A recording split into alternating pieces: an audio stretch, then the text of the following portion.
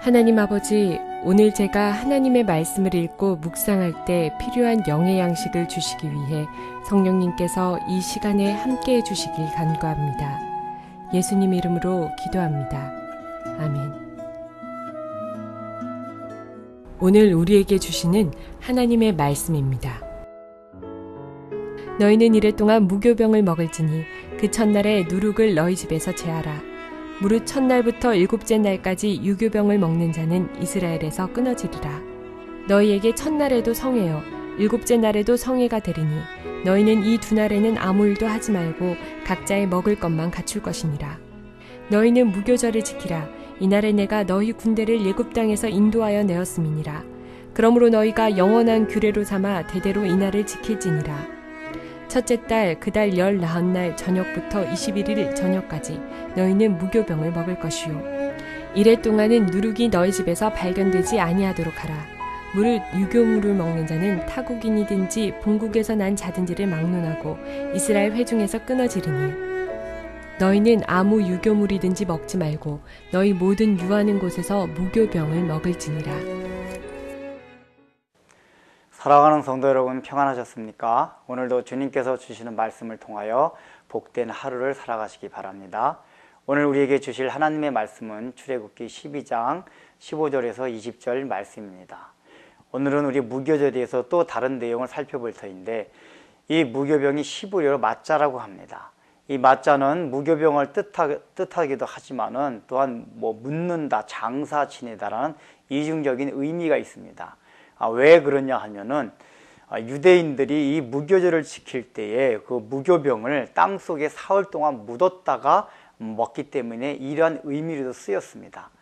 그래서 무교절은 다른 말로 하면 히브리 원문상으로 한다면 다른 뜻이 무엇이냐면 바로 묻어두는 것, 장사 지낸 것을 기념하는 절기, 그 날이라는 것입니다. 즉 무교병을 먹는다는 것은 장사 지낸 것, 묻은 것을 기념한다는 얘기입니다. 이것이 무슨 얘기입니까? 무교병을 먹는다는 것은 무엇인가 죽었고 또 땅속에 묻는 것을 기념하라는 얘기입니다. 이것은 우리가 무교병을 먹으면서 고난의 떡을 먹음으로써 우리 자신이 죽은 것에 대해서 기념하라는 것을 말씀하고 있는 것입니다. 그래서 성경은 유대인들이, 이스라엘 백성들이 홍해바다를 건넌 것 자체도 그거를 무교절의 의미에 포함시킵니다. 왜 그러냐면 홍해바다 건너는 걸 통해서 모든 애굽인들이 다 죽었습니다. 이스라엘 백성들이 생각해야 되는 것은 무엇이냐 하면은 그 애굽인들이 죽은 것을 통하여 바로 거기에 자신들도 그 홍해에서 죽을 자라는 것을 생각했어야 했기 때문입니다. 그 애굽인들이 자기 대신 죽었기 때문입니다. 즉 그들은 홍해 사건을 통해서 바로 자기 자신이 이제 홍해에서 수장됐다. 자기 자신 중에서 어떤 자신들입니까? 애굽에서 있었던 모든 자들이 홍해에서 수장됐다는 것을 기념하는 것이 바로 무교절의 의미라는 것입니다. 이제 너는 죽었다. 애굽에서 노예로 있을 때 근성, 애굽에 살면서 너가 모든 살아있었던 애굽의 문화와 애굽의 속성과 애굽의 가치관들, 그런 것을 가지고 있던 자들이 다 죽었다. 이제부터는 그 죽은 너가 살면 안 된다 하는 것이 바로 무교절의 의미라는 것입니다. 여러분, 이것이 신약에 넘어와서 예수님께서 6월절 밤에 모든 이제 십자가에 못 박혀 돌아가기 전날 밤에 제자들과 만찬을 가지셨습니다. 그때 만찬을 가지시면서 나눠준 빵이 바로 무교병입니다. 오늘날에 우리는 성찬식을 하면서 카스테라를 먹지만은 성경적으로는 카스테라가 아니라 개떡을 먹어야 합니다. 그래서 바로 그 무교병을 예수님께서 제자들에게 나눠주시면서 뭐라고 말씀하셨습니까? 이것이 나의 몸이라고, 너희를 위하여 찢기는 나의 몸이라고 말씀하시면서 이것을 영원히 기념하라고 말씀하셨습니다. 다시 말하면 이것을 기념한다는 얘기는 예수님께서 십자가에서 피 흘려 그 육신이 죽으시는 그것을 기념하라는 것입니다. 그렇다면 제자들이 바로 예수님의 죽으심을 기념해서 무엇을 생각하라는 얘기입니까? 예수님의 죽으심이 누구를 위한 죽음입니까? 바로 나의 죄, 내가 그전에 있던 세상에 속해 있던 자아를 대신해서 죽으신 것입니다. 다시 말하면 이것은 나의 모든 자아도 예수님께서 십자가에 못 박혀 돌아가실 때 함께 죽었다는 것을 의미합니다. 그렇기 때문에 우리는 성찬식에서 그 무교병을 먹으면서 예수님께서 십자가에 돌아가실 때 나의 옛자도 다 죽었다는 것을 함께 생각하라는 것입니다.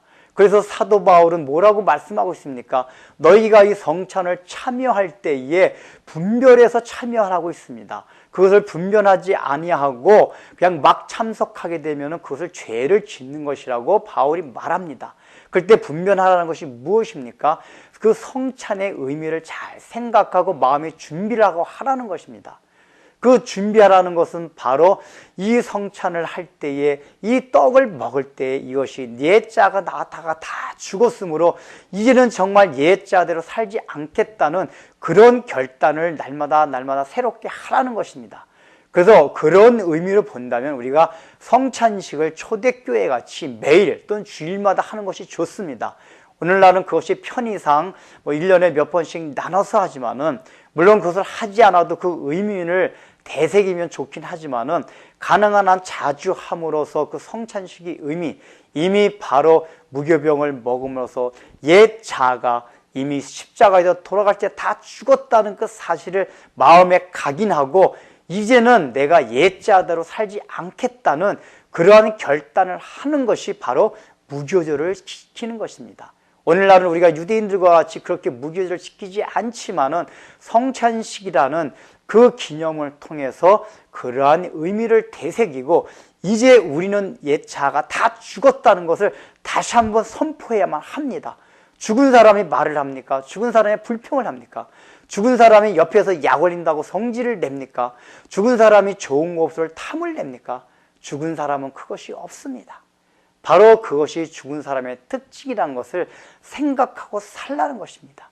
이것이 우리 그리스도인들의 특징이 되어야 한다는 것입니다. 기도하겠습니다. 하나님 아버지, 참으로 주님께서는 무교절을 통해서 많은 것을 말씀해 주십니다. 이 무교절을 통해서 이미 우리의 옛자가 다 죽었고 땅에 묻었다는 것을 말씀해 주십니다.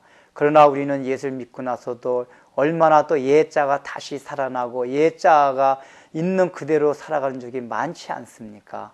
이제 오늘날엔 무교절을 지키지 않지만은 성찬 그 기념을 통해서 내가 옛자가 주님이 십자가에 못 박혀 돌아가실 때 다 죽었다는 것을 다시 한번 생각하며 날마다 내가 죽는 삶을 살아갈 수 있도록 도와주옵소서. 예수님의 이름으로 기도드립니다. 아멘.